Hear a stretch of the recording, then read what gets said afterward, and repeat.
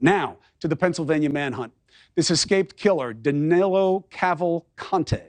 Here's the breaking news. Just minutes ago, police shut down an area where he was just spotted. Now, it's a big area, okay? It's a botanical garden. People visit it, during the day. Like 1,000 square acres, okay? So you got the police, the officers, the drones, the dogs, everything. Patrol is also with border agents. The patrol is also with border agents. Why? This is in the middle of Pennsylvania. Why? We have the answer. Let's bring in former head of the FBI's Behavioral Analysis Program, Robin Dreeke, and former FBI agent, NewsNation Law and Justice contributor, Jennifer Coffindaffer. Jennifer, the best piece of information I have, which you must please process, is they think they saw him there on Monday. They now believe that this was his safe space. That's why they're closing it down, and they feel they may be onto him. Do I have it right?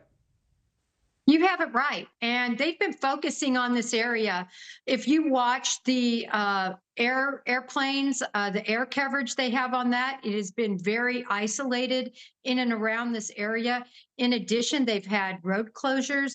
They've been checking vehicles going in and going out to make sure that there is nothing that would aid him and that he's not in any vehicles. And they've brought on BORTAC, which is great, which is the highly trained aspect of the U.S. Customs arm that's there. And they're certainly very skilled in looking for individuals in this type of terrain. Give me a second beat on that, Jennifer. I don't know what BORTAC is. I don't know why Customs would be involved in this. Was he smuggling cigars, this guy? Like, why are they involved? What do they know? No, they are a very experienced tactical team. The FBI has the hostage rescue team. U.S. Customs has the BORTAC team. So this is a paramilitary unit, and they are called in special situations such as this. This is their training. This is what they do.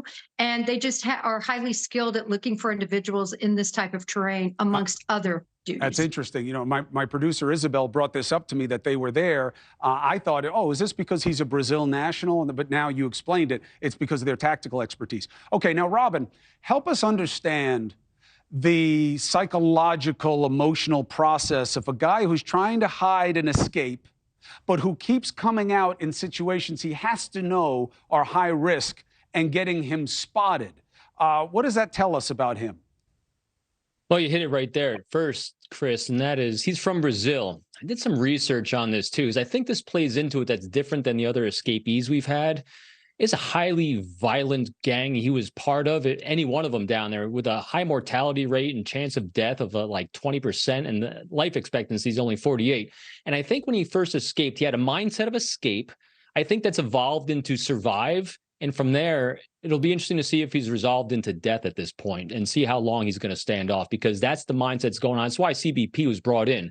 They are experts in finding people that are experienced in not wanting to be found. This individual is highly resourceful. He's been running from the law for a very long time, and he's got lots of reps in this area. So that's an interesting point. Let's look at it two ways. I'll stay with you for the first point is the mindset of you're going to have to kill me. I'm not going back, versus I want to get away because I want to live, right? Which is a different mindset. How do you reconcile those two, and how do you deal with them from a law enforcement perspective? Well, we're seeing it play out right here. The fact that he's still in the same area is just data points we have of potentially that mindset having shifted from escaping the prison in the first place and not getting too far. He's low on food, he's low on water, but he does have a lot of reps in suffering. And I think that's what he's kind of resolved himself to. The playing of the mother's voice, ineffective. It rarely is, especially if you're looking at life in prison. And so I think that's the mindset shift that's happened. So now what law enforcement has to do is shift their mindset, is they're trying to find someone that is literally probably just crawled under a rock during the day. As we're seeing, he's popping up as his biological and genetic needs for survival are kicking in a little bit. But it'll be interesting to see how much he overcomes that to keep in hiding and how effective the special forces are in weeding him out.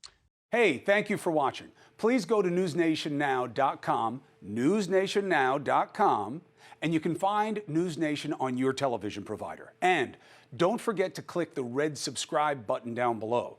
Then you will get more of NewsNation's fact-driven coverage.